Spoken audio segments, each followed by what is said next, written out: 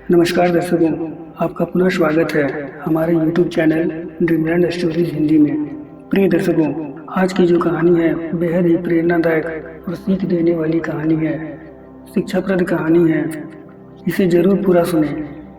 कहानी शुरू करने से पहले जो लोग हमसे नए जुड़े हैं उनसे आग्रह है कि वो हमारे चैनल को सब्सक्राइब करें और बेल आइकन को ऑन करना ना भूलें, ताकि हर आने वाली वीडियो का नोटिफिकेशन आपको सबसे पहले मिले और आप उसका लाभ उठा सकें।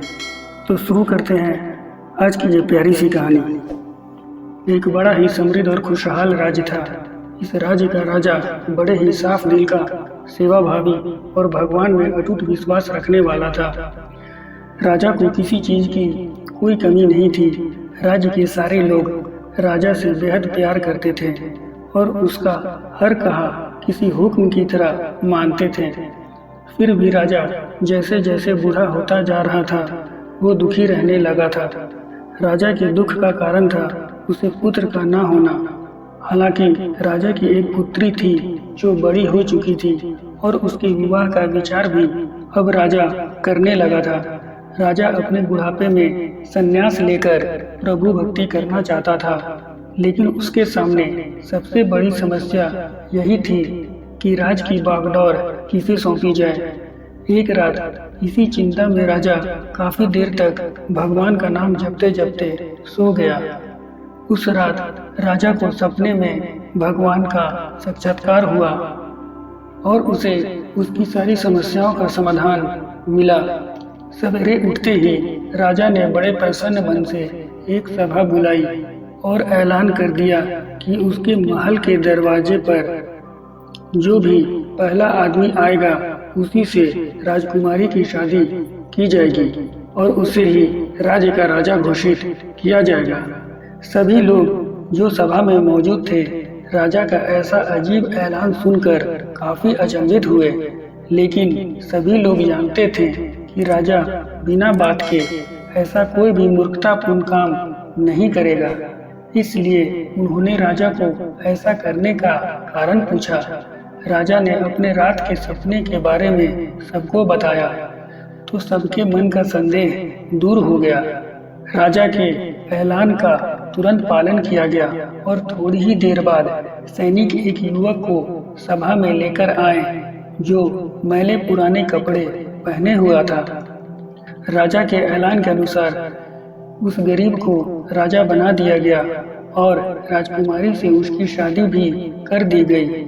कुछ ही दिनों में राजा अपना सब कुछ त्याग करके प्रभु भक्ति के लिए सन्यासी बनकर जंगलों में चला गया। धीरे धीरे नए राजा ने राज्य का भार संभाल लिया और बड़े अच्छे से शासन करने लगा। राजमहल में एक गुप्त कमरा था जिसके दरवाजे पर एक बड़ा सा ताला लगा रहता और इस ताले की चाबी नया राजा हमेशा अपने पास संभाल कर रखता। हर हफ्ते एक दिन राजा उस कमरे का ताला खोलता और आधा एक घंटा उसमें बिताने के बाद फिर से उसे ताला लगा देता। उस चाबी को राजा कभी किसी को छूने भी नहीं देता।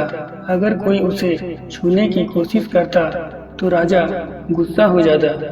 सेनापति, खजांची और सभी मंत्री बड़ी जिज्ञासा के साथ उस कमरे में क्या हो सकता है ये जानना चाहते थे। सभी के दिमाग में यही सवाल घूमता रहता कि आखिर खजाने की चाबी खजांची के पास, शस्त्रागार की चाबी सेनापति के पास और सभी जरूरी दस्तावेज रखे कमरे की चाबी मंत्री के पास है, तो आखिरकार राजा उस गुप्त कमरे की चाबी अपने पास क्यों लिए फिरते हैं और आखिर उसमें क्या ऐसी कीमती चीज है जो राजा किसी को बताते नहीं।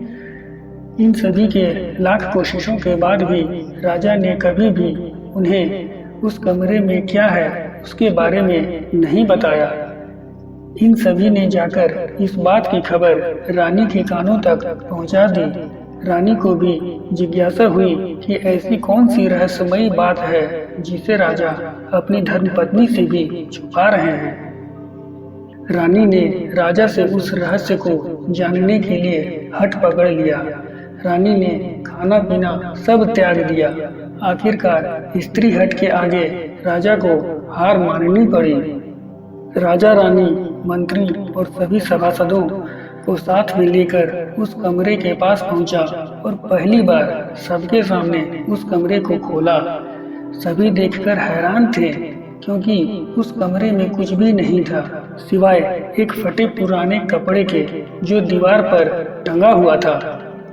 मंत्री ने फटे कपड़े को अपने हाथ में लेते हुए राजा से कहा, महाराज, यहाँ तो इस फटे कपड़े के सिवा कुछ भी नहीं है। तब राजा ने कहा, यही तो मेरा सब कुछ है। जब जब मुझे किसी वस्तु का घमंड होने लगता है या जब मैं अपने आप को दूसरों से उत्तम समझने लगता हूँ, तब तब मैं इस कमरे में आकर अपने इन फटे पुराने कपड़ों को देखता हूँ और मुझे याद आ जाता है कि जब मैं इस राज्य में आया था तब मेरे पास इनके अलावा कुछ भी नहीं था और मेरा सारा घमंड खत्म हो जाता है। दोस्तों, ये कहानी हमें सिखाती है कि कैसे हम अपने भूतकाल को याद रखकर वर्तमान में गलतियां करने से बच सकते हैं। समय हमेशा बदलता है, इसलिए हमें ये हमेशा याद रखना चाहिए कि अगर आज हमारे पास सब कुछ है तो वो हमेशा नहीं रहने वाला। इसलिए हमें हमेशा नम्र बने रहना चाहिए। आशा करते हैं आपको ये कहानी पसंद आई होगी। धन्यवाद।